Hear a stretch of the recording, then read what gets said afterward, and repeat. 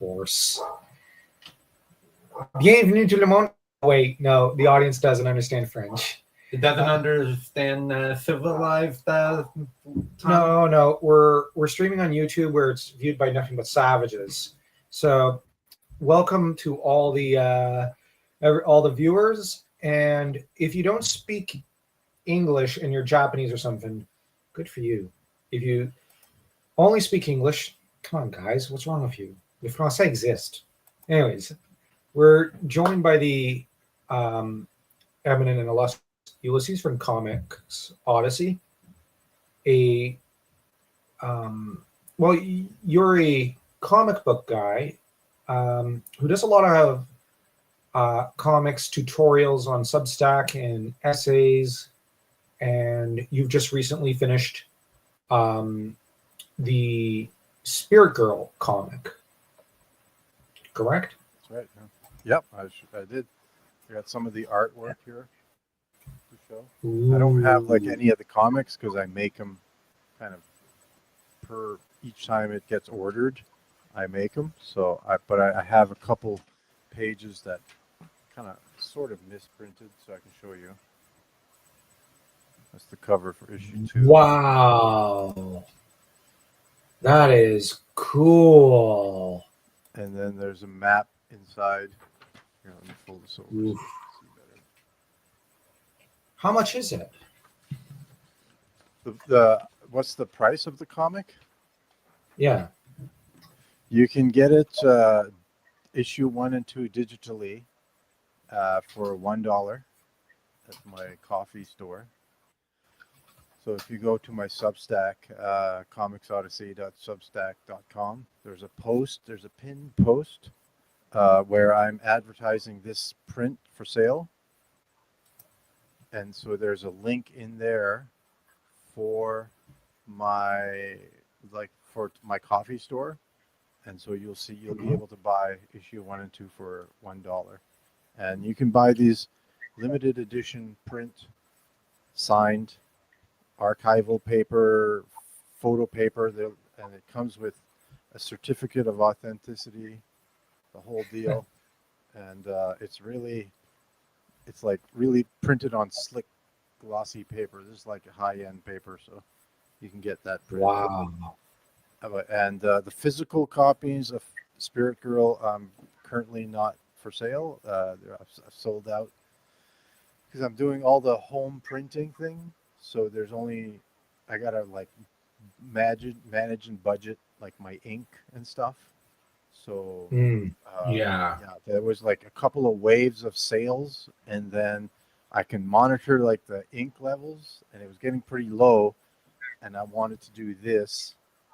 So it seemed like pretty much the people were done buying Spirit Girl for a while. So I'm like, let's just do digital until when issue 3 comes out, which I've sent you some. We can look at some of the artwork for issue 3 in a minute if you want. But when issue 3 comes out, I'll come out with like another version of issue 1 and 2 with like a little bit different, and then I'll make those available for people who want to buy all the first 3 issues as a bundle. So, but for now, digital only. I'm trying to. Wrong. Do you have the picture available on computer for issue 3? Picture? Oh, I messaged you like a folder, like a link. Yeah. On Discord. Spirit. Yeah, I've got Spirit 1 and 2 ad for digital PDF. Let me crack that guy open. Okay. Let me see.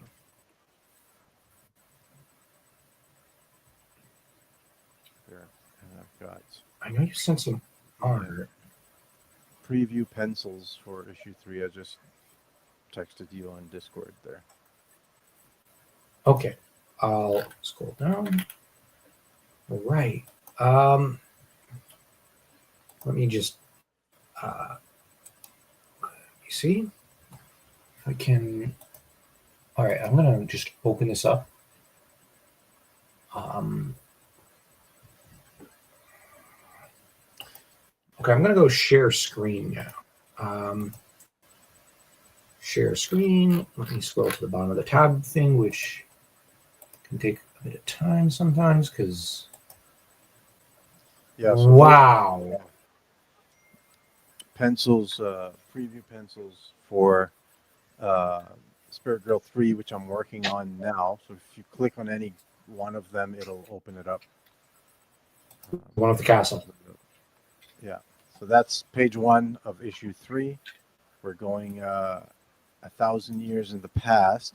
So Spirit Girl 1 and 2 is kind of the setup for the story, and then the villain shows up.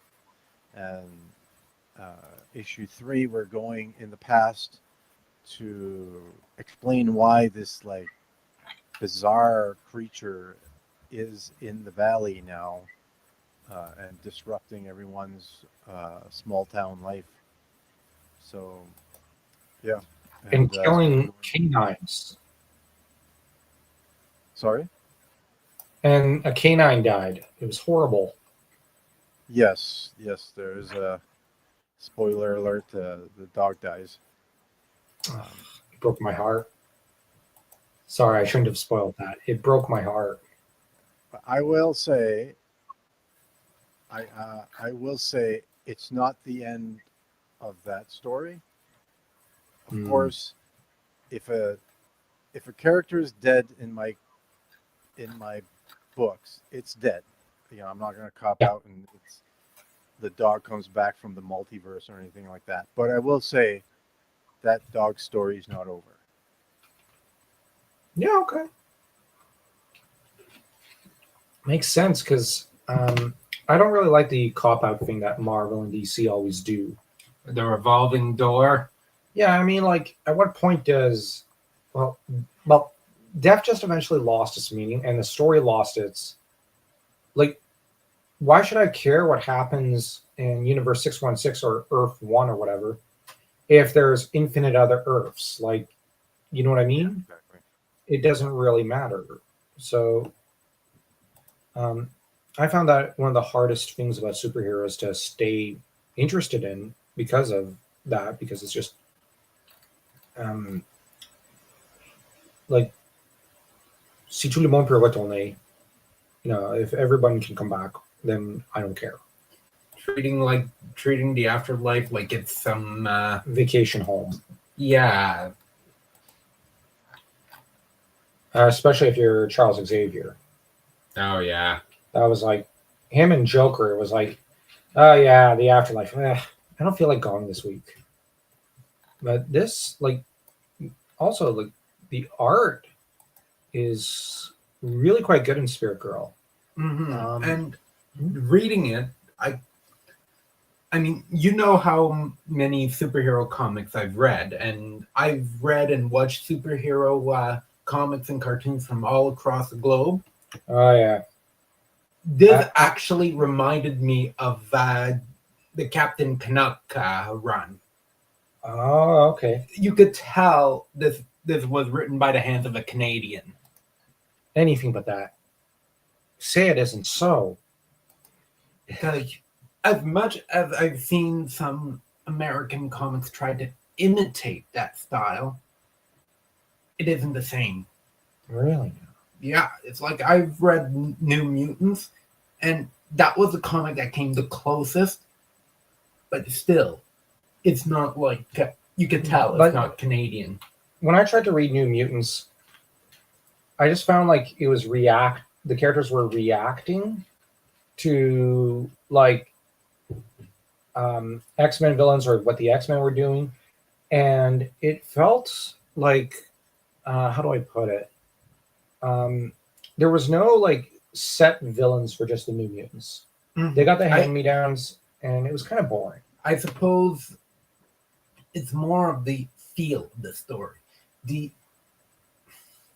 Well, yeah, I like this feel better. Yeah, but it reminded me of Tintin. Exactly. Tintin, Well, it's also- Captain Canuck. It's also that the art style is c'est beaucoup comme Tintin. It's a lot Why? like Tintin, and like, whoops, wrong. I clicked on the wrong thing. Like, let me try to find a good image. Like this character, like it's just the way the style is. It's just it reminds me of Tintin. Some of the even the close-ups or even this castle, like I really like these castles. This is the sort of thing Peyo would do. You know what I mean? Like with this style, like a lot of comics go for this. They do it really well. Like they do this hyper realistic thing where you have every nook and cranny. But the thing with Tintin was there was a lot of emphasis on the story, and there was like with Strumpf and with Tintin, you could tell Peyo had a lot of talent, but he kept it 2D in a way. You know what I mean? It felt like you were reading an animated short or an animated movie. And there was I'm struggling for a word here. It was like a cinematic. Oh no, our internet's bad here. I'm gonna try something. I'm gonna stop sharing. Okay. I don't know if you have your own opinion about this, Julius. There was a cinematic quality to Peyo. Peyo, well, the artist for Tintin, you're probably thinking of Hergé. Mm. Who is Hergé. the Tintin artist. Yeah, it just felt like him and with Strumpf were. It was like, Yeah. like when I'd read it, it was like I was watching, or reading an animated movie. I don't know how to describe it. Yeah. One For me, technique that, sorry, go ahead. I mean, part of this reminded me of Yokozuna, What's that? a European comic, a mystery comic. It was mystery. Sounds cool. Yeah. Yeah, so one thing that Hergé did as a technique is called masking. So and they do that a lot in Japanese comics as well, where there's a stark separation in terms of level of detail between the background and the characters. The background are quite detailed, but the character, if you think of Tintin, is more or less just a circle, two dots, a line, and a tiny little thing for a nose. Right? Yeah. There's really not much.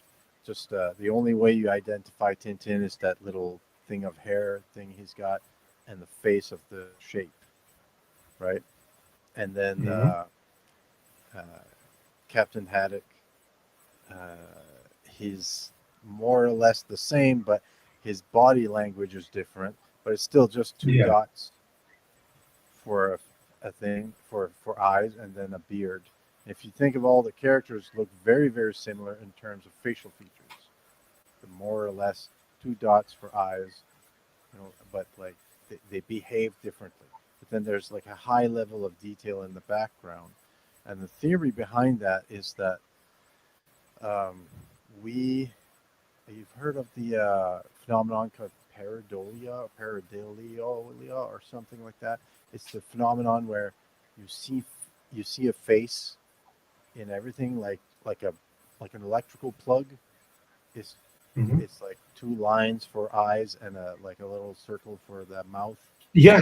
See faces and things. Yeah. So the Wow. idea is that when you have a face with a lot of detail, it looks like a specific face. But when you have a face with not a lot of detail, it becomes a universal face. And your mind fills in those details, so you become more invested. It like draws you in because you are identifying with this low detail face. Your mind's doing more of the closure.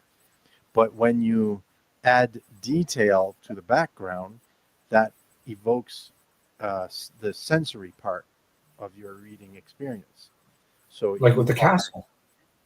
yeah. So when you um, put yourself in, it's like you put yourself in the position of, excuse me, in the position of the characters, and then the hyper detailed background makes it, you become immersed in the environment. So you are the character in the environment. So that's a technique that Hergé used a lot, and he was a master of immersion. Like if you want to do something immersive, you study him. Like, um, yeah, that's kind of like my perspective on that artist.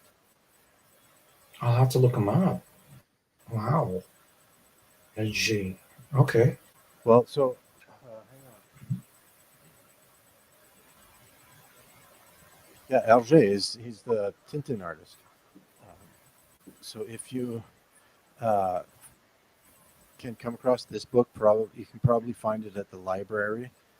Um, he explains those art techniques, and he's got an amazing simplified way of explaining basically essentially all the art styles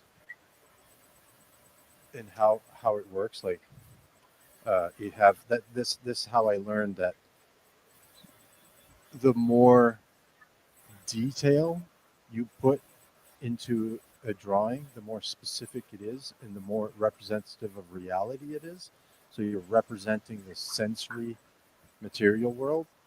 When it becomes less detailed, you're expressing the meaning of that thing instead of like the description of it. Like if you look at like icon art, like Byzantine icon art, it's, if you don't really understand what they're going for, you figure they don't know what perspective is, and they're not that good at drawing because it's not like a hyper detailed thing like a Da Vinci or something like that, or or like some of the later artists.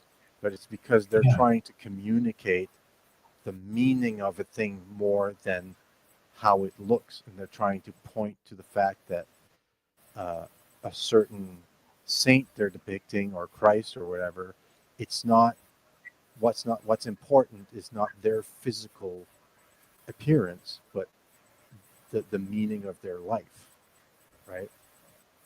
So that's why they're abrogating a lot of detail, so you become immersed into this image. And the I highly Justinian. recommend this book. Yeah. Okay. I'll note it down. I have paper. But the fresco that you speak of with Justinian, I always found it fascinating and hard to take my eyes off it. Although I never understood why, and now I kind of do. That's really interesting. So understanding comics. Let me write that down right now. Like every page of this is a mind blowing thing. He goes into like Magritte, like theory of art as per Magritte, the famous pipe painting, where he Mhm. wrote down, this is not a pipe. He did a painting of a pipe and he said, this is not a pipe because it's not a pipe, it's a painting of a pipe, right? But here it's a drawing, it's a drawing of a painting of a pipe, but it's actually not that. It's a reproduction of a drawing of a painting of a pipe. you know? So he's like discussing kind of like our relationship to media, which of course like comics is a medium. So Yeah. he's you've heard of the Canadian philosopher Marshall McLuhan, who did a lot of philosophizing on media. He's the one who coined the medium is the message. He's the medium is the message guy.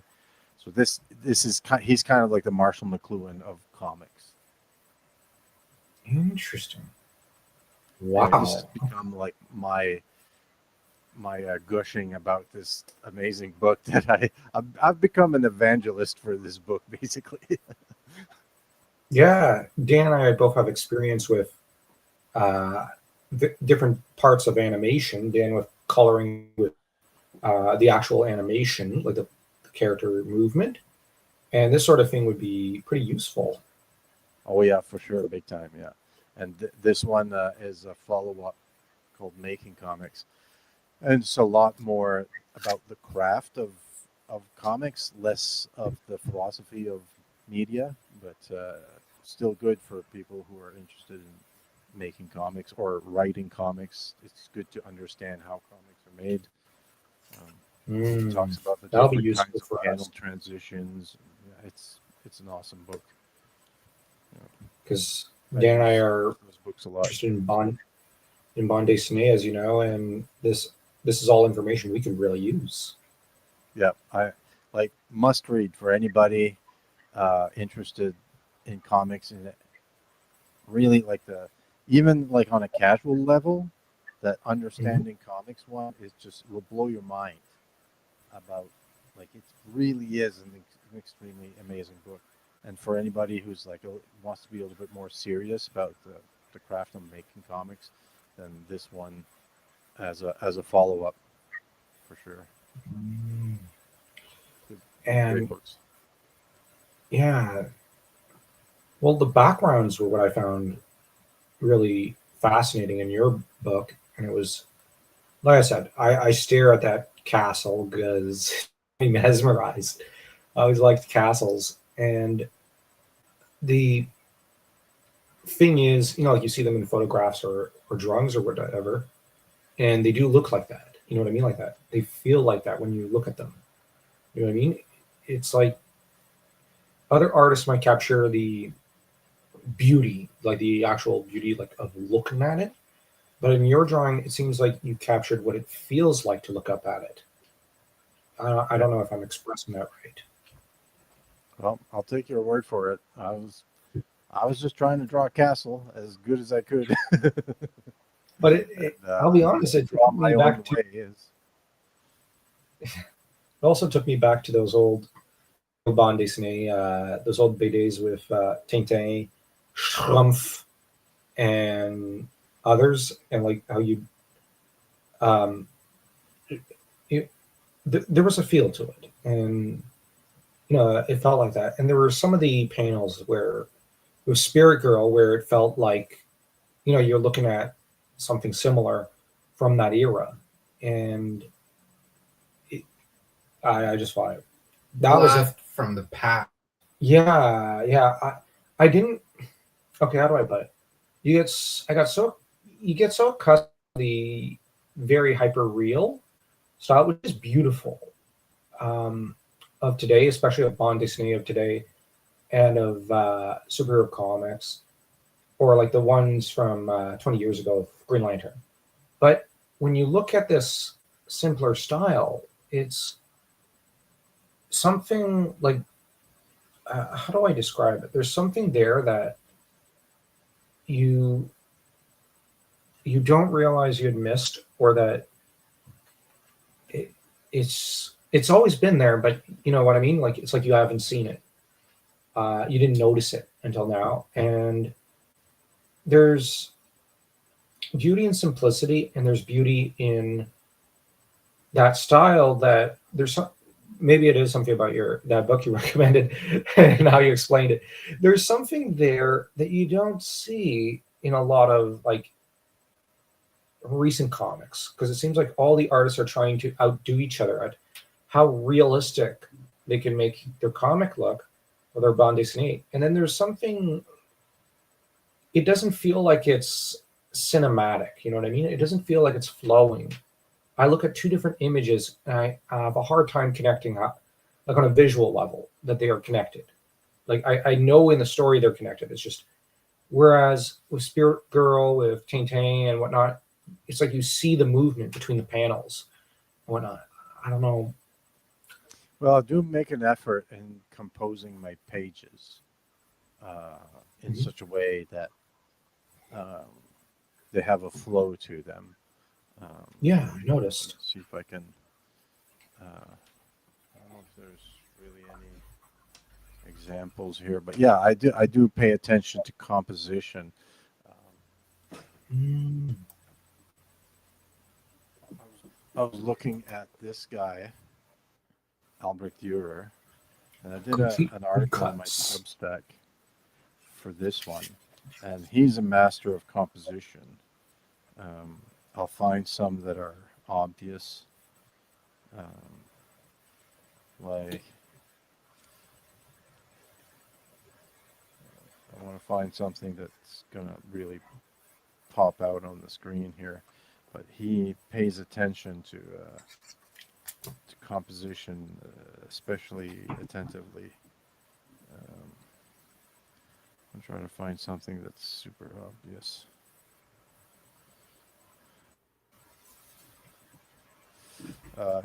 These are pretty good. If you look at here, this one here, Wow. the composition is diagonal here, right? Yeah. So you've got your characters all set up behind one diagonal, and then you're kind of like the city, the background in another diagonal, right? So that, like, paying attention, and he's got its sister composition here. It's so detailed. Wow. So that kind of like directs the eye a certain way towards the important parts of the piece. But like clearly, I'm not a master like Albrecht Dürer, but I do pay attention to how, like if you have large pools of black, that's going to draw your eye a certain way. And especially in issue 3, I'm experimenting more with trying to frame. So if you have a character like this, I do it in issue 2 actually. If you look at here, behind here, I could be drawing every tree or whatever, but what's important is not where he is, because we've established where he is. What's important is him and the moment he's experiencing. So you just like everything black around him kind of frames him, right? And this one's another one. All the lines are headed towards the character to express like her pain, right? So these sharp lines are all deliberately pointing towards the character's head, right? Yeah. So I do try to pay attention to the composition of pages and how they work together, how everything kind of works together. So when it comes to these sort of composition details, is it common for most comic book artists in your experience to pay attention to that? Like when you're reading the comic, do you notice when they do a lot of them do this or these days, or no? The good ones do. Good ones do. Like this is a good one, Tim Sale and Frank Quietly. Actually, no, wait. That's a good one, but I was thinking of that's All Star Superman. There's this one, Superman for All Seasons. That's a good one. They're really good at composition here. Batman Year One. If you look up here, that big book I got right there, that oversized book, that's Batman Year One Artist Edition. So that's the reproduction of the actual pages of the original artwork with the inks on the page and everything. And that's Batman Year One is a masterful use of blacks. For me, that book is better if you read it black and white, because you can really, really see how they use blacks to direct the eye and frame characters and tell a story.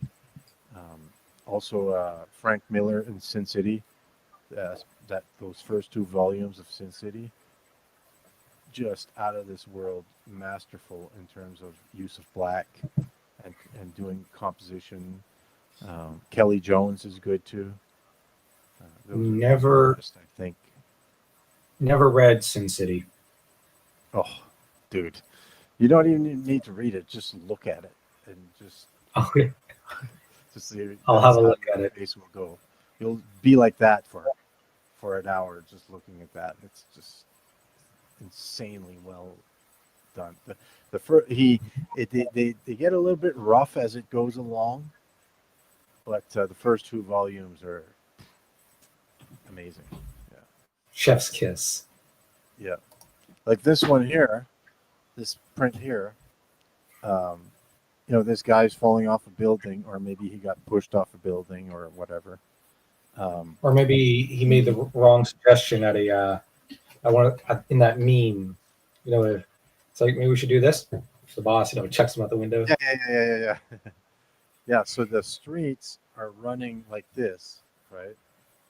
Why? That's deliberate. So the streets are in white mostly, and he's the dark. He's quite a lot of pools of black. Your eyes are drawn to him.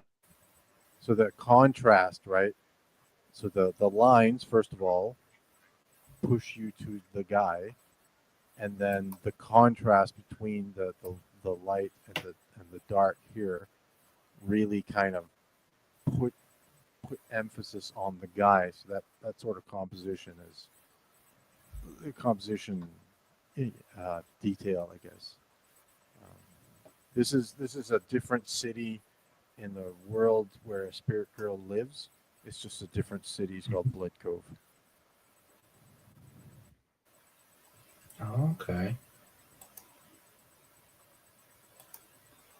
Now, well, let me just do this. All right. Our internet. But that's interesting. Now, I know precious little about how to produce a comic, so this is new territory, and it's très fascinant. And I had the entertained the brief thought. Well, I imagine this will be good as an audio on the Iron Crown newsletter over on Substack. And now I'm going, no, we can't do this without the visual part. You're showing all that. Yeah, So this is going to be a good visual. Yeah. Yeah, I'll have to show the video itself, like upload the video itself, not just the audio. And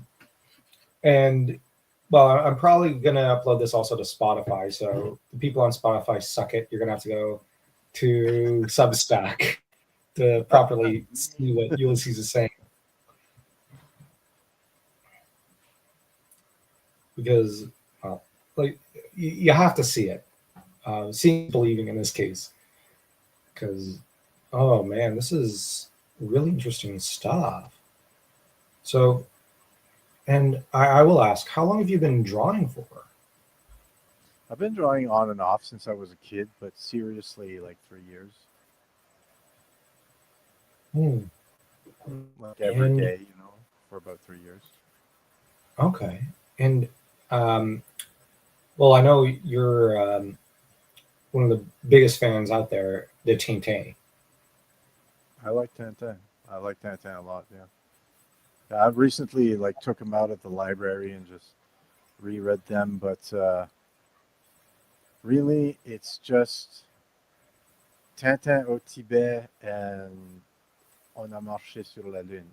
Those two really are the, I read the other ones. They don't have the same effect on me as when I was a kid, but the Tibet one with the winter scenes and when they walk out. Yeah, I know that.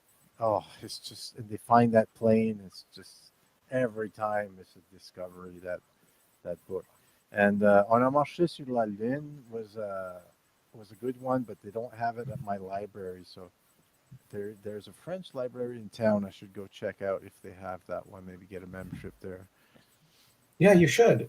I mean, a French library is always better than an English one. And for Tintin, for sure.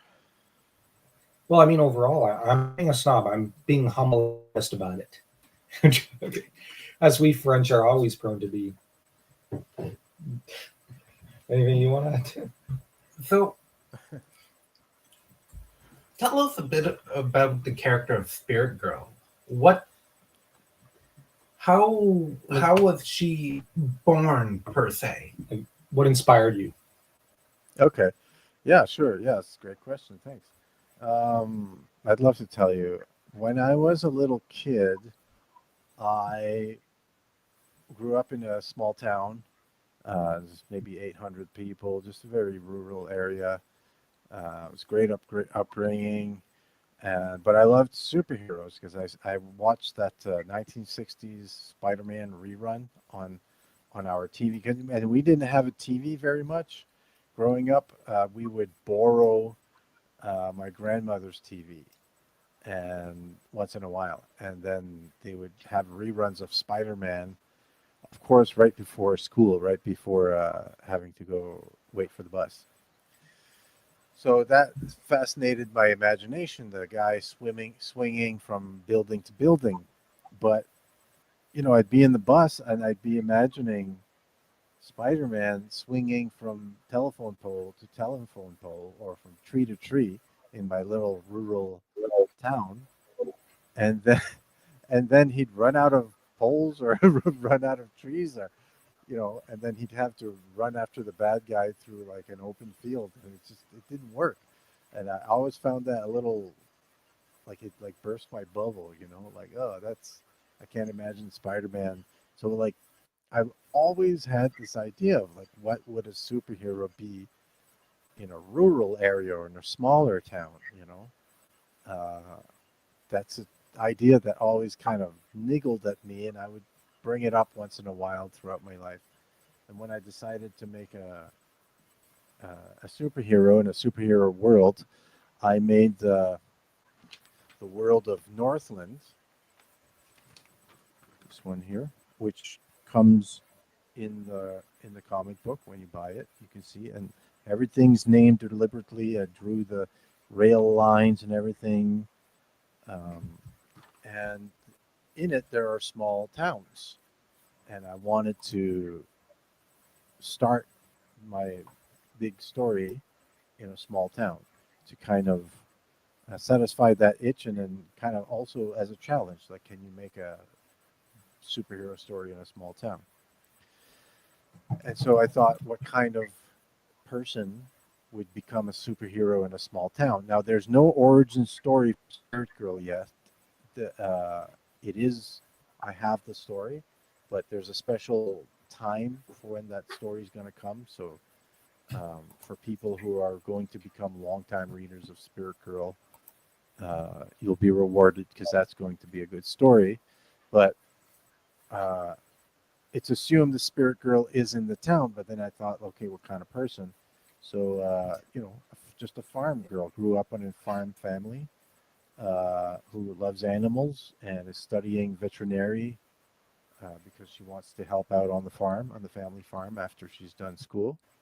And then she just happens to get these powers, which are pretty basic: flying, strength, and she can uh, kind of siphon the power from animals that are nearby. And I, so then it was like that whole Spirit Girl is an answer to how do you make a superhero in a rural area. So the story doesn't start in a city with this corruption and bad guy. The initial problem is quite simple. There's a buffalo ranch where the buffaloes have broken the gate and are stampeding. So Spirit Girl is patrolling the valley, as she does all the time, whenever she's not at school or helping out on the farm. To help people out if there's a forest fire or search and rescue and that kind of thing. And she goes to help out this buffalo thing and kind of herds them because she's a farm girl. She knows how to herd animals, and then that gives way to they find like why the buffaloes have been stampeding, and it's because one of the buffaloes got massacred, and that spooked all the buffaloes. So now they have to figure out what happened. So the more they kind of tug on that thread, the more terrible things become. The more they discover that there's evil in the valley. So Spirit Girl is not going to have any of that. She loves her valley. She loves her people, and she loves her town. So that kind of like pulls her deeper into this mystery that kind of reveals this much bigger world than this small town, this initial small town, right? So yeah, the how she was born was an answer to my childhood imagination, just to satisfy my childhood imagination, basically. Why aren't there rural heroes outside of Buck from Call of the Wild? I'm joking. That's a dog, not a superhero. But yeah, actually, I have to admit that was something that troubled me as a kid because I couldn't understand why there weren't any Canadian heroes and why there weren't any rural heroes. And of course, Marvel put out Alpha Flight, but because they were never, there was nothing French about them. There was no Quebecois or Franco-Ontarien or anything like that. They just felt kind of like they're all English, basically. I know there's one or two that are supposed to be French, but they never speak French or they don't feel French. And The closest one is Aurora. Well, Jean-Marie rather than Aurora. Still, like, none of them had any, like, none of them were impressive, like, say, Superman. And, like, there was no element of adventure or anything. Like, these heroes, you didn't see them going up north to fight, I don't know, like the Wendigo and having to protect the, because Canada is much more rural than the US in a lot of ways. In a lot of ways, not every way, but like the US has its own rural side, like Texas and the flyover states, as they're called. But Canada's rural communities are more up north or along coast, along the port, Yeah, well, the east coast or the have west coast. yeah, our large cities aren't mythic like the American large cities. So Yeah. sure, we have Vancouver, but that's not mythic like New York, right? And New York has the thing, entered the land of myth now. But what I think our Canadian myth, what enters the mythic to me, is quieter than that, not so grand, but it's the rural areas. Because yeah, all my experiences going throughout Canada, living in different areas, it's the places that seem the most Canadian that I could identify as Canadian were definitely the rural areas. Right? yeah, like you've got Cities is the, more like an international thing. yeah, and what I found was like you look at the Rockies, you look at the mountains, uh, the snowy landscapes, or the islands along the east coast. Uh, this always felt like our mythic stuff, and like Alpha Flight just stuck to like Vancouver, Toronto, and whatnot. And I will admit, for me, what felt mythic to me as a child, because we went through there when I was like 6 or 7, was La Ville de Quebec. Like and I recently went there again for job training, and I absolutely loved it. But you can't have Alpha Flight going to La Ville de Quebec. You can't have them going to the city of Quebec because, oh, well, you can't have that. Montreal's okay, but Quebec, no. And because Montreal, Toronto, Ottawa, they're much more Americanized. Quebec City has never been Americanized. Same with St. John. They really do feel European. Yeah. And it's just a lack of familiarity with. Yeah. I mean, Well, I think the superhero genre is urban fantasy. Yeah, it is. So if you're gonna go rural, that becomes more fantasy, like more Yeah. regular fantasy. So I'm going to be leaning more into that, right? A little bit less of the urban, a little bit more of the fantasy, I think. But it's interesting because during the pulp era, like there were writers like Lovecraft and Howard and whatnot who touched on the countryside of the U.S. But then you can't have that anymore. It has to all be urban, like you said. Whereas Canada, you can't really do the urban; it's all countryside. Mm-hmm. So I really like that about Spirit Girl. Yeah, in many ways, it's like a lot of these big city American comic book writers, and I don't mean all of them, but those from Marvel, DC, they probably haven't gone to Canada in the spring when you get the maple sap. You put it on the snow and you roll it. Yeah. Yeah. Yeah, that is delicious, and that is a very Canadian custom. But And you also, but like also many of them also don't come up north when it's icy cold and it's -30 or something. Oh, I love that.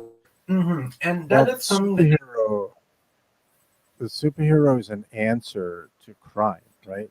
It's an Yeah. answer to our concerns about crime, which uh, is more prevalent in the urban areas because there's more people, more poverty, and that sort of thing. Yeah. So, in the rural areas, crime is going to affect it, but there's other concerns that are going to affect the rural areas, such as like natural disaster, fires, floods, that sort of thing. Yeah. And if it's a fantasy, then the kinds of problems that afflict fantasy characters, like the whole Lord of the Rings is a Mm. story of rural characters embarking on a adventure that is above their head, right?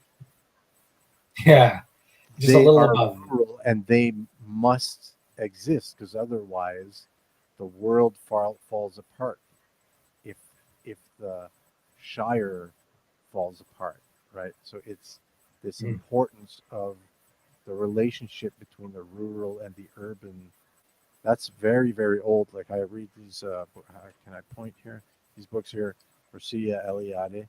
He goes into that a lot, the history of that tension between urban and rural in history.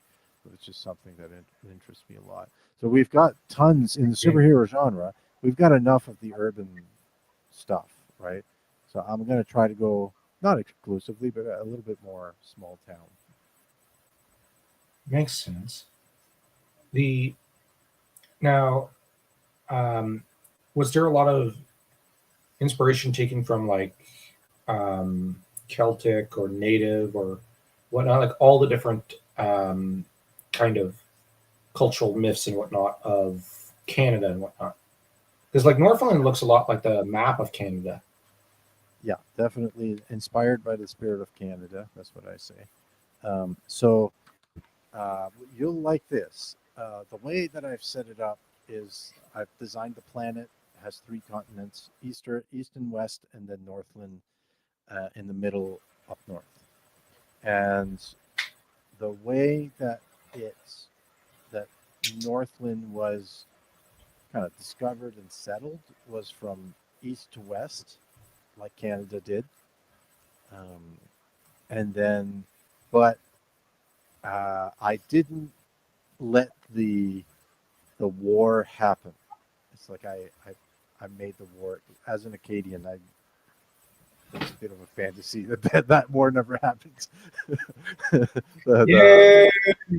1755, and it would have been nice if it hadn't happened. And so Yeah. then you'll see the place names. 2/3 of like the eastern part of Canada, the place names are more French because Why? that would have been what would have happened if we hadn't had that war. Like it would have, you know. And then there was like some skirmishes fought along the Bear Lake, which is the lake in the town that Spirit Girl is from, the town called Harry Bear.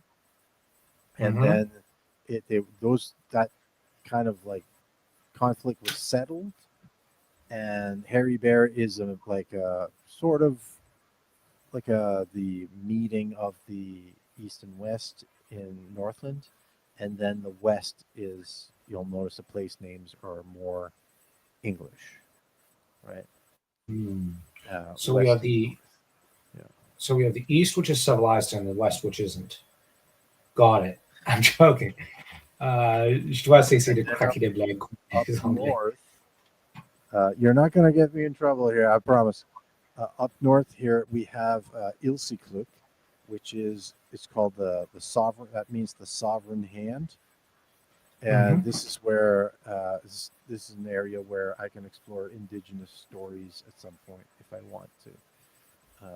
Oh, Yeah, so I'm not gonna say too much about it because it's very early stages, but yeah, I would like to, and I would like to work with indigenous people who would have a chance to tell their stories their way in here, because I mean the amount of work I'd have to do to familiarize myself with indigenous consciousness, if you will. It's pretty massive. I'm prepared to do it and tackle that when the time is right.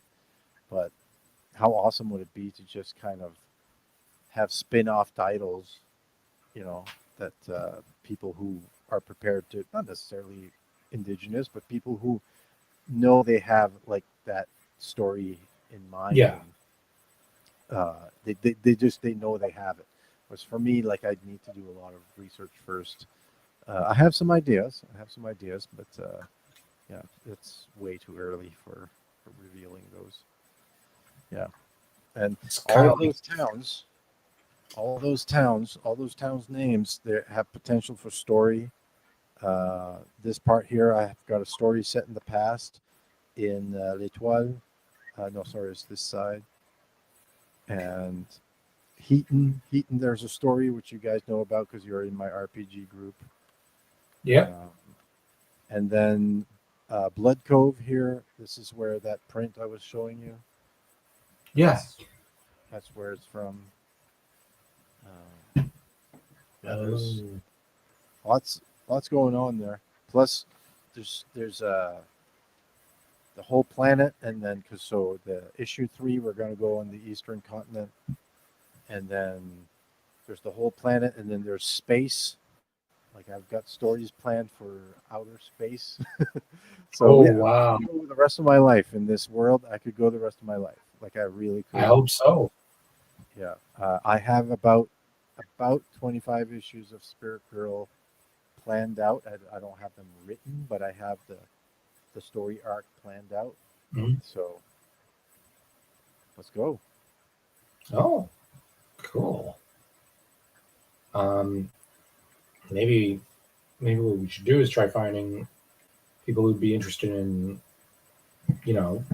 working within that world. That would be freaking cool. I do, in good time. I know. I admit I have to ask: is the world in this fantasy world flat or round? I'm joking. That's a Tolkien joke because you start off flat, then there's a meme online like the Tolkien, the original flat earther. I'm gonna say. Well, I'm gonna say Round. it's round, but there's enough. There's enough space for a flat earther to make a good case for his theory. And of course, Canada, the center of the universe. After false. The motherland comes first. And I should say too, there's in the Spirit Girl too. You can't see him here, but in that there's like an extra story about Truckman and Big Rig. Mm-hmm. There's like a mini story in Spirit Girl too about this character who's a trucker, and his truck, his Big Rig is sentient, and he's got a snarky mouth, and they've got a contentious relationship, and they don't agree about how to fight crime. And of course they do. That's something about. There's some potential for more stories there at some point. Definitely.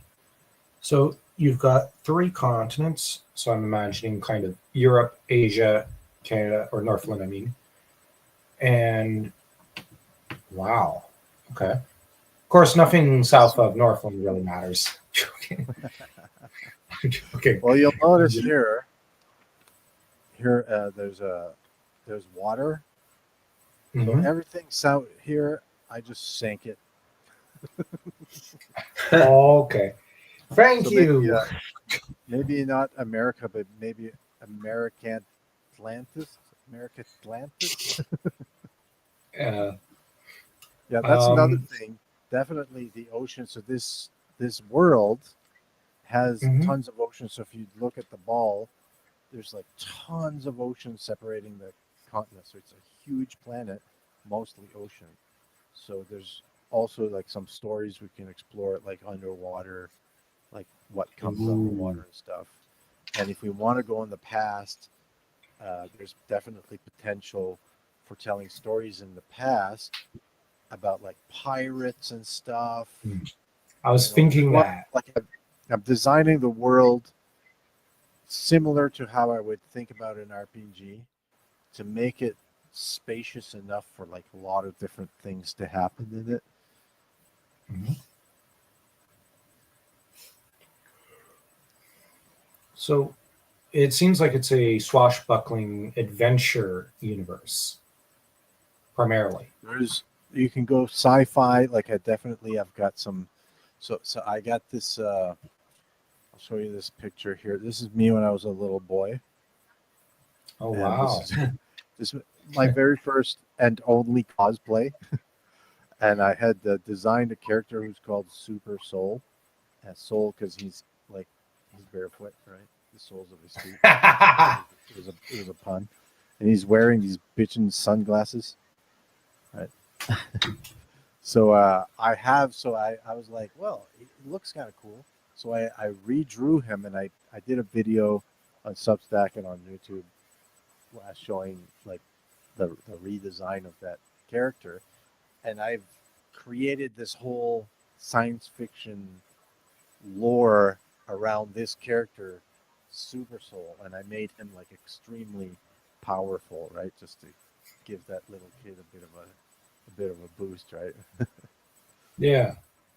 So yeah, room for sci-fi, pirate, adventure, fantasy, and of course there are big cities, so you can go street level, superhero, crime. There's room for a lot of different kinds of things in this world. Wow. Oh, I don't know what to say. That's like Tang meets NPO and whatnot meets like Pirates of the Caribbean or something, and Marvel and DC and whatnot. Yeah, Wow. pulling from all sorts of basically my whole life's worth of just reading and being interested in things and just like cramming everything into this one container and hoping that it'll successfully contain it. So kind of like what Robert E. Howard did with his Born Age, because he just That's what crammed we're everything he working on. loved, yeah, Yeah, into that world of his. why not? Yeah. I have to admit that for our world, I never. Well, as a young kid, I considered sci-fi, but then since then, I've preferred to just keep it contained to fantasy and the mythic and whatnot, and never really tread outside that. Because the world keeps getting bigger and bigger, so I got it, and I'm finding it harder to. Um, I don't know if I'll ever run out of stories to tell in it. Hmm. Um, Well, so commercially, it's that's more intelligent to have an identifiable genre. well, yeah, but there's something deeply appealing about having like being able to find pirate adventures in the world, and then being able to find also um, like muskets, and then finding like Spirit Girl and like the Outback, the Northern Outback or something, and like having all these elements in there. And I have to admit, I've got a soft spot for the Wendigo myth, which does not get enough credit, and it looks like you brought that into Spirit Girl there in some of the panels. So I'm like I really like that because there was also someone who posted something like a video he made on Twitter or something, and he said the Wendigo is scarier than the werewolf, and I said absolutely because like I don't know, we had to read the Wendigo when I was in the fourth grade, and it chilled my blood. But at the same time, I always liked that story. I love the werewolf, but the Wendigo myth just stands out even more as a terrifying force of nature in a lot of ways. Um, but the fact that there's something like that there in the background, creeping in on Spirit Girl, is just I really like that. Oh, good. I'm glad you did. Although the dog thing It would got be me an down a awkward little. conversation if you didn't. Yeah, And this, people comment how they want to save superhero comics, but part of them seem to have forgotten the spirit of superheroes. And when I read this, it felt like this is the superhero comics that I missed. Like something resonated, and that's like, as much as I enjoyed the Flash and Green Lantern of the 90s, Mhm. it's like sometimes you need to go back to the classics, including the art style. yeah. I've I'm not a superhero fan, but I found that I liked Spirit Girl because it was just um, I don't know. I just find superheroes tiresome, and I don't fully understand it. Like I'm enjoying the RP, but um, like as a kid, I liked them. Like I like the Spider-Man '90s cartoon. I loved it. I still love going back and watching it. I just love it. But outside that, for the most part, since the 2010s, I've just found myself exhausted and bored with heroes. I'm weird. I had superhero fatigue by around right after Iron Man 1, where I said, okay, that's it. Was a good movie. They can't do anything else to top this and Dark Knight. Turns out they couldn't. And I was like, well, I'm bored. And like the minute Jeff Jones wrote his epilogue for Green Lantern, I said, well, story's over. All right, call it a wrap. That's it. We don't need any more. I'm like, this was the perfect epilogue. We're done. And here I found, okay, it might sound weird. To me, it didn't feel like a superhero thing. It felt like going, like I said, I know I keep referring back to the Bayday I really liked as a kid, like Strumpf or Smurfs for the English audience. I think of it as Strumpf. Um, and also Tintin and all the rest like that. And I didn't realize how much I missed that stuff until I saw this, and I saw some of the panels and like the way the scenes moved. It was like, yeah, I don't know. It was very nostalgic, and it's not like you were sticking memory berries in there, but it was like, there was a feel to it, and I'm glad that it's like Van got a certain feel that's more the superhero thing. I got more the feel of the adventure comics. Or Bayday I loved as a kid, and the fantasy stuff I loved as a kid. Like, because I got into fantasy through Strumpf, and then it was The Hobbit and all the rest. And so like when I was like 4, it was like Strumpfissim with the King Strumpf, who seizes power from people from the Strumpf and built himself a palace. And Or I love that one. One of the earliest zombie epics, the Strumpf Noir. Oh yeah, I really like those stories. That's how I got into fantasy, and this really, really did take me back. And I just kind of went, I really missed this feeling, and like, how did we ever get away from this stuff? And I don't know. It's like, I don't know. I think there was a childlike delight in it, and it was still adult enough. Like you had mystery, you had darkness, you had the death of a dog, and you had like, I don't know. It's like Old Yeller meets Strumpf and Tintin and whatnot, and yet with some superhero stuff thrown in. Like it, I think there's like I don't know. It's just a lot of these creatives don't like they don't have an energy. I don't know if that's a good term. Like there's not. It's like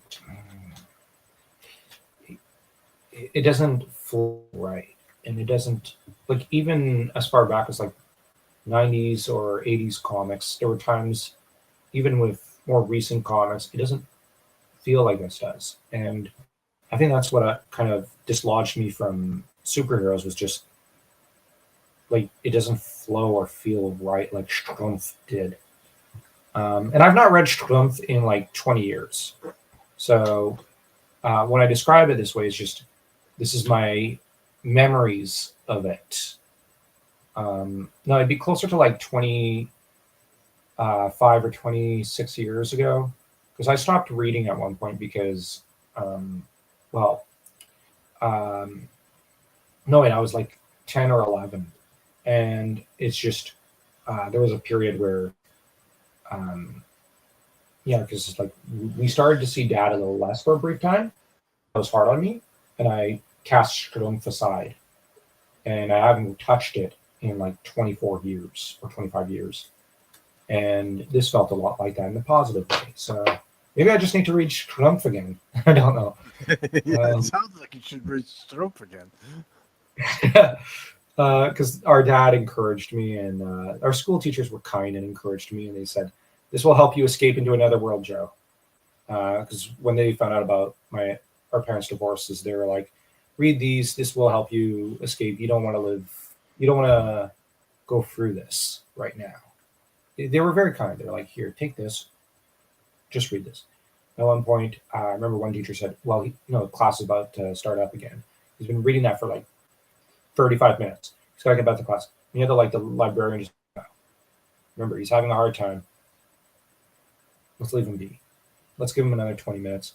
And then I finished that one and the next one. And then I, had to race after the other kids. And but this this had a lot of that same old energy. Yeah, but I also, I know that Dan likes Captain Canuck. So that this felt like that too. it had that classical feel, and I'd say that fans of and future writers of superhero comics should read this because, yeah, it's like, wait, this is made in the modern day. It'll probably blow their mind because they think this is something from all the way back to the 70s, even the 60s. Yeah, but it's done today. Like if you didn't tell me, I'd probably think it was no offense.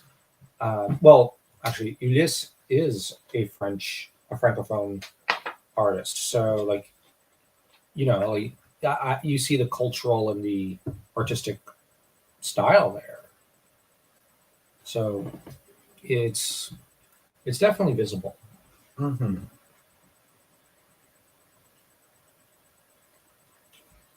But yeah, I'm very curious to see where Northland will go in the next few years. My only complaint is Ulysse should have gotten into this 20 years ago. Yeah, that's a long story. But now I have to ask, and I know you're very close to your wife, but is there anything of her in Spirit Girl? Because artists and writers draw inspiration from all around them. You can see that in here. It was like, is there a little bit of her? I was thinking about, because I was watching this really interesting video about the different models that various comic artists use to draw their characters, right? So they use celebrities a lot. And I had done some research on that. So the thing is not exactly. The reason is that Spirit Girl is she's a girl. She's like very innocent. Right? Yeah. She's not. She's still living at home. She's what her age is. I don't like to nail that down because first, drawing age accurately is actually very difficult. So I'd Yeah. rather just do my best to draw and kind of let it be kind of a amorphous kind of age. Fate. So she's out of school but still at home and in college, so roughly that age. So she's more of a person who's going to have those sorts of interests and concerns. Um, you know, my wife obviously, uh, is not in the courting scene. So, but Spirit Girl is out there as a single girl, Hmm. right? I meant Um, in person. however, Like, I was I've been thinking for a while, like, uh, what character would I base my wife's likeness and spirit on? And so I have a character, but I can't reveal which one it is without spoilers. really, really like revealing my hand about what's going to happen with Spirit Girl, and that's pretty far down the line. So, but yeah, I Oh, do have. So I've actually been practicing just drawing her a little bit, kind of not drawing her exactly, but kind of getting an inspiration from that. So the likeness of Spirit Girl is I have a model picked out, and when I get very good at drawing, that model might be more identifiable. But as it is now, it's just a girl with innocent features, button nose, rounded face. Um, the way I imagine her is that everyone in the valley falls in love with her, whether it's as a romantic in a romantic way, or a just oh, isn't she sweet, what a good girl way kind of thing. hmm. For the older people in the valley, oh, she's like everyone's granddaughter kind of thing. Hmm. um, and There's a so that's it's kind of the status quo, but I'm not promising that's going to stay forever. I got some plans. oh, okay. Put her There's through the ringer. there's a well, I recognize she's everybody falls in love with her in a different way. That's something that I have noticed in a lot of um, old Canadian movies and Canadian, not just Canadian, but French, like bande dessinée and French, some French movies and whatnot. Like this is an old trope in France, in Canada. Like I saw a movie with Russell Crowe in it, where there was a French character like that. Everyone in the local village loved her, and Russell Crowe shows up, and he develops a contentious relationship with her. It was really funny, and but and yet you look at the movie Prancer, which is a Canadian movie. I don't know if you know it. It's a Christmas movie. The main character is a little girl, but she's found Prancer in the forest, and everybody says he's not Prancer. At the end, though, they reveal it was Prancer, and the thing is, she needed to believe it was Prancer because her mom died, and her dad is poor and broke, and is a broken man trying to keep it together and keep the farm together. But the economy's tough.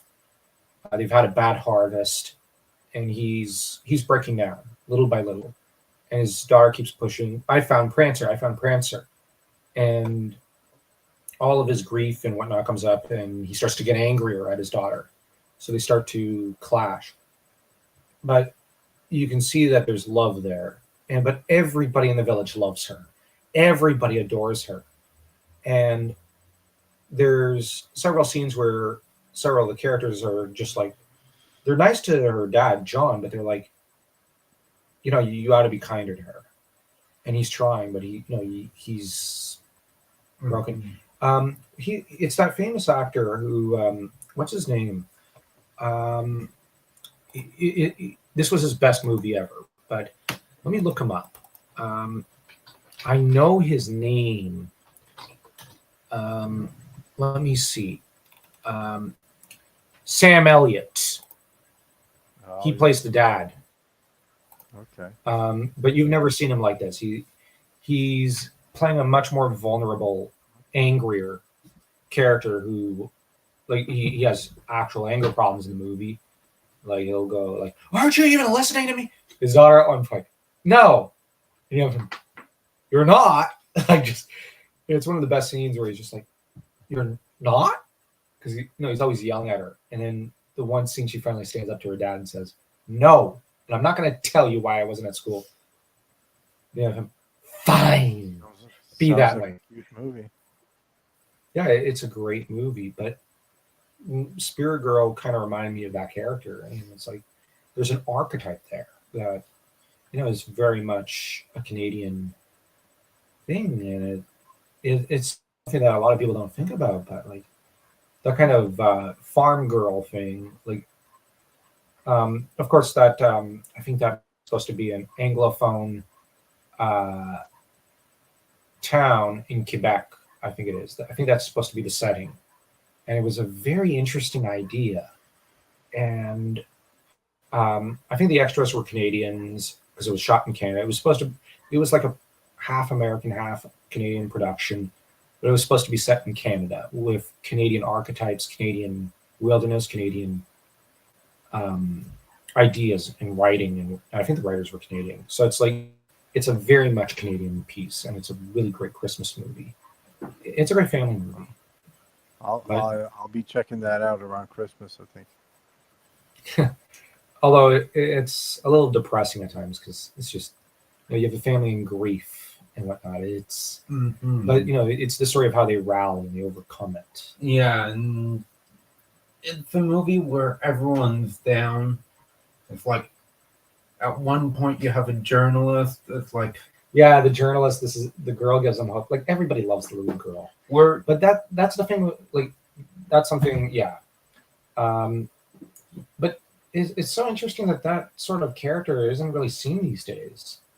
Like I said, the last time I saw it was in 2000, like was the 2008 Russell Crowe movie. I think it is. Or was it 2006? Well, at this point, old Russell Crowe movie. Um, but yeah, like it is so. Actually, maybe I'll recommend the Russell Crowe movie for our movie club. It's quite interesting. So yeah, like this. Yeah, I found. I also like the fact that you have winter landscapes and whatnot drawn in there. That won me over because there's not enough like winter landscapes in comics and film and whatnot. They never set a movie in winter. Like I don't mean like fake winter like Game of Thrones. I mean like you know actual mountains of snow and whatnot, and like the characters have to run from ranch to ranch or forest to forest. Something that strikes me as very strange in a lot of those big film productions is that they forget, even comics, they forget that winter wintry locations, like those of us in the most northern parts of the world, are our winter regions are very coniferous. You know, they're covered in trees and mountains, but you can see that in this. It really did feel Canadian. and That's what I was going and I for. just checked. If they're the main actors, they're all American. The writer, the director, American. Still a Canadian movie, set in Canada. Yeah, Uh, I'll take my victories where I can get them. I'm joking. For real. But were you thinking of any places that you've been to when you did those landscape shots? Yeah, I mean, I live in a valley currently, so definitely inspired by my current setting and where I grew up in the Maritimes. There's a couple of pages that are more quiet of them just walking through the forest, which seem to be oddly enough, the pages that people like the most. Yeah, definitely. And yeah, so definitely like walking through birch stands and a lot of fir trees, spruce trees. There's you'll notice also there's like specifically some ponderosa pines, which are typical to my current area. So I kind of like blended them all up together. Uh, yeah, In terms of natural beauty, um, there are a few places on Earth that can equal Canada's. for sure. Yeah, it's really a tragedy that it's so expensive to travel within our own country, like Yeah. air travel and stuff. Because there's so Mm. many beautiful places that I'd like to go, but it's too expensive. So, yeah. Like I've been to the Maritimes once and I loved it, and like I want to go back. It's beautiful in the Um, fall. yeah, I have to admit I really want. I We've been in and out of Quebec uh, every once in a while, and I'm gonna be honest. I like the Quebecois landscape a lot more than I like anything west of Quebec. So um, I'd rather live in northern Quebec Definitely, I'd and love to travel to. spend more time in Quebec and hang out with the Quebecers there. Growing up, I was kind of trying to distance myself from the francophone thing because just the way I grew up, it felt like that was part of what was keeping me restricted. But as an adult now, I think it'd be nice to kind of. But you know what I didn't like about the Quebecers when they came around in my area, they would think our accent was interesting or funny or whatever, and I kind of felt a little bit like a zoo animal, Oh, say something, and it's like what? Yeah, So no, how can I we get just talk like normal people? Like, I've experienced that at one point in my life. Um, and what's funny is that, um, uh, well, whenever I'm in Quebec, after like a week or two, my accent and my dialect becomes like a perfect, like you know what I mean, perfectly like theirs. And the northern Franco-Ontarian accent and dialect is already pretty much a copy of the northern one of Quebec, but okay, just slightly different. But when I'm in Quebec, mine becomes the perfect northern Quebec yeah, accent and dialects. When I went to France once, they said, "You're from northern Quebec." No, I'm from northern. No, you're Quebecois. I know the accent. We've had Quebecois who traveled through here. You're Quebecois. No, and I only spent a few days in France, but my accent and dialect, I guess, shifted. And they said, "No, yeah. I've heard it before. You are from there." And I'm having this conversation with this person in the middle of the I know street, and I'm where I'm going, from, buddy. yeah, it's like, and even at the hotel, it's like, no, you were from there. It's like, no, no, like, and I'm shy, and I'm like, no, I'm from Ontario. Yeah, but my ears Well, don't lie to me. It's like yeah, the that's, but in school the teachers spoke more like Quebecers, even though they were Acadian, because they went to yeah, university and were in told Quebec. that Acadians just spoke bad French. And I Really? think they had a bit of an inferiority complex about that. And they attempted to impart that onto us. But our Of generation just wasn't buying it. So course there's a not. bit of like emotional tension I have with when I hear that Quebecer sound. To me, they Oh, sound like my teachers that were telling me that the way that I was talking made me low class, right? something So I like that. have like a certain thing to get over. So, Mm. as an adult, like that's haven't found like whenever I run into Quebecers, I hadn't found that problem. So I'm sure if I went to Quebec now and spent some time there, it would be fine. I'd have a good time. And Well, uh, what I think is that dialect and accents are things that add character and interest. I think they're interesting. Yeah. So, like Well, mine it tends is to. truly like Acadian truly is another language. Like if I really Well, speak Acadian, French people can't understand. Like, you know what I mean? If I yeah, really let it rip, it really is like I'd another. probably I not can understand. understand bits of it, but There's a it's not reason like why eventually, for example, when I worked with children, I had to tone down an aspect of my francophone accent because they found it too strong, and it's like we can't understand you. Well, yeah, uh, but the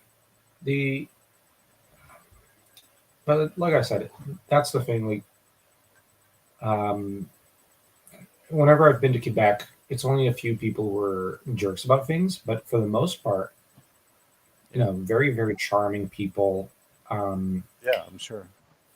they laugh a lot. Like every time I go there, they'd laugh at my initial Yeah, accent, then they'd laugh about how quickly I adapted, then they'd I had laugh a lot of about like day friends. and night. A lot of friends growing up that were from Quebec. Uh, had Yeah. you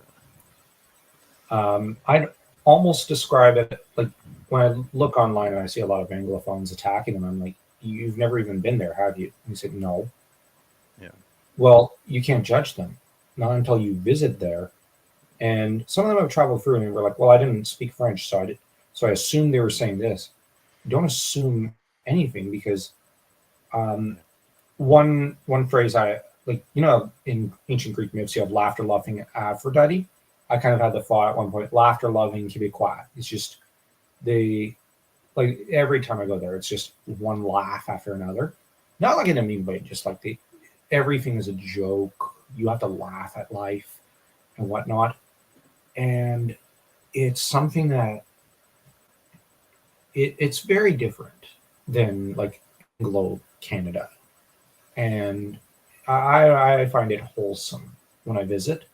But like um but we it's also that our grandfather and well our grandparents pretty much came from there, like on both sides of our family. So like we're deeply embedded with also Gaspésie, that region of Quebec, like from a cultural and like I guess heritage level. So we're deeply embedded in that, and also the north because we're from the north, and so yeah, like Spirit Girl really took me back.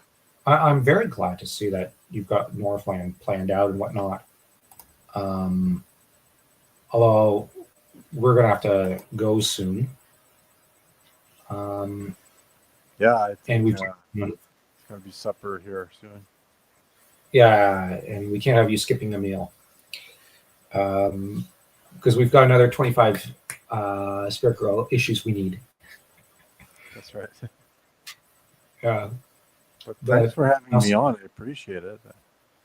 yeah, absolutely, and um, we'll definitely be posting this over on Substack, Spotify, and YouTube.